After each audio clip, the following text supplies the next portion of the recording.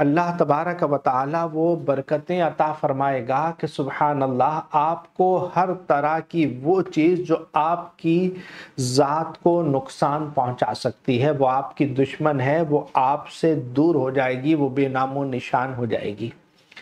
3 دن آپ اس طریقے سے یہ وظیفہ کر لیجئے تو آپ انشاءاللہ عز و جل خود خوش بختی کی دعوت دے چکے ہوں گے۔ اب خوش بختی کی دعوت دینے کا طریقہ کیا ہے کہ آپ کوشش یہ کیجئے کہ ان 3 دنوں میں آپ عشاء کے بعد ایک وقت مقرر کر لیں۔ آپ وقت مقرر کر لیں اور 11 مرتبہ ابتدا میں درود ابراہیمی پڑھیں۔ اس میں آپ ترک ضرور کر لیں، صرف 3 دن کا ترک ہے جس میں آپ آسان سی بات ہے کہ کوئی جاندار نہ کھائیں۔ جاندار سے مراد کہ جو مطلب جانور کا گوشت ہے، جو حلال جانور ہیں ان کا گوشت نہ کھائیں، ان سے نکلی ہوئی کوئی چیز نہ ہو، جیسا کہ انڈا ہے، دودھ ہے، اس طرح کی چیزیں، اور ان سے بنی ہوئی چیزیں، انڈے سے بنی ہوئی چیزیں، جیسے بسکٹ میں بھی انڈا ڈلتا ہے تو چائے میں بھی دودھ ڈلتا ہے۔ اس طرح کی تمام چیزیں جن میں ان سے نکلی ہوئی چیزیں جیسے دودھ یا انڈے کی کوئی چیز بنی ہوئی استعمال نہ کریں، گوشت استعمال نہ کریں، مچھلی استعمال نہ کریں، گوشت نہ کھائیں اور جاندار سے متعلقہ کوئی چیز استعمال نہ کریں گے۔ 3 دن آپ کر لیں۔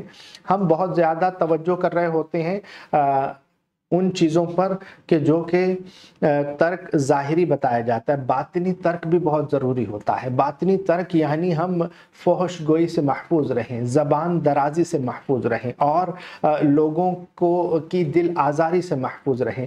زبان کی جو استعمال ہے وہ اللہ کے احکام کے مطابق ہو، اور پھر یہیں پر بات ختم نہیں ہوتی، دل کو بھی اسی طرح ترک میں رکھیں کہ جیسے کہ کسی مسلمان کے لیے کینہ، بغض، نفرت ایسی چیزیں دل میں نہ رکھیں، کہ ترک ظاہری ترک باطنی بھی ہونا چاہیے۔ ہمارے وظائف پر تاثیر اس وجہ سے بھی نہیں ہو رہے ہوتے کہ ہم زبان تو ذکر میں چل رہا ہوتا ہے، ہمارا دماغ فکر میں نہیں ہوتا، ہمارا دل پاک نہیں ہوتا، تو اس لیے اس طریقے سے جب ترک کر کے ہم وظائف کریں گے تو یقینی ہمیں فائدہ ہوگا۔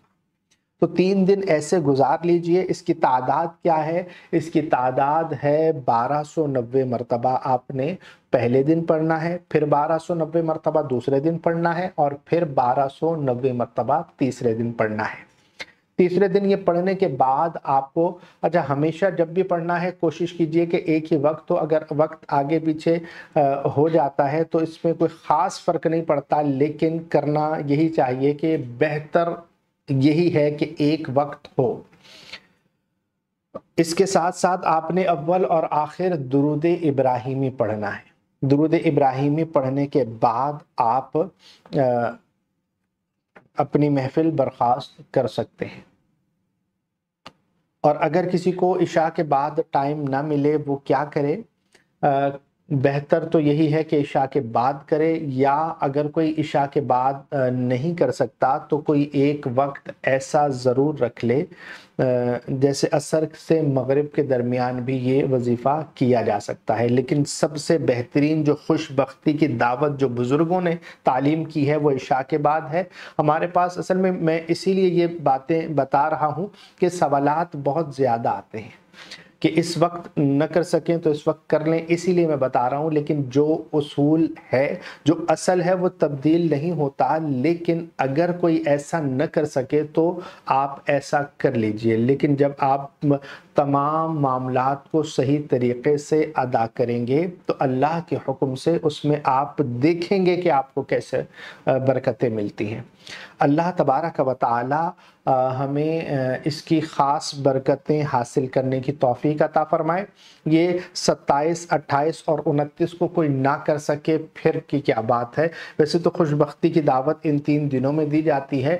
اگر کوئی ایسا نہ کر سکے اور ہماری ویڈیوز کے بعد دیکھ رہا ہو کہ 27 ذی الحجہ، 28 ذی الحجہ یا 29 ذی الحجہ کو وہ نہ پڑھ سکا، اب 1 سال بعد یہ 3 دن آئیں گے، تو آپ ہر مہینے یہ کر سکتے ہیں۔ ہر مہینے کر تو سکتے ہیں آپ ایام بید میں 13، 14، 15 شب جو ہے آپ یہ وظیفہ کر سکتے ہیں۔ 13ویں، 14ویں اور 15ویں شب کو ایام بید میں یہ آپ کر سکتے ہیں۔ یہ 3 دن کرنے سے آپ اس کے عامل ہو جائیں گے۔ کسی بھی مہینے میں کیا جا سکتا ہے، لیکن بہترین جو 3 دن آپ کو بتائیں یہی ہے۔ اور اس کے علاوہ جب روزانہ اس کی تعداد کتنی رکھی جائے، روزانہ اس کی تعداد 129 مرتبہ رکھ لیں۔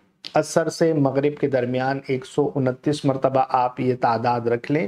اور اگر کوئی یہ چاہتا ہے کہ وہ اس کو پھر روحانی طور پر کوئی مسئلہ نہ ہو، کبھی کسی کا محتاج نہ ہو، ہر طرف جائے عزت ہی عزت، برکت ہی برکت، کثرت ہی کثرت، تو وہ ہر نماز کے بعد 129 مرتبہ پڑھ لے۔ 5 منٹ بہت زیادہ، 10 منٹ بس۔ تو یہ تھوڑی سی توجہ کر لیں، اللہ کے حکم سے انشاءاللہ عز و جل آپ کے مسائل ایسے حل ہوں گے کہ سبحان اللہ خوش بخت کہلائیں گے۔ ویسے تو جس کو یہ وظیفہ کرنے کی توفیق مل جائے وہ خوش بخت ہے، اور خوش بختی کی دعوت سبحان اللہ، اللہ تبارک و تعالی ہمیں عمل کی توفیق رفیق عطا فرمائے۔ وما علیہ الا البلاغ۔ آخر میں محبت کا پیغام، اپنا اور اپنے پیاروں کا بہت خیال رکھیے گا۔ السلام علیکم ورحمۃ اللہ وبرکاتہ۔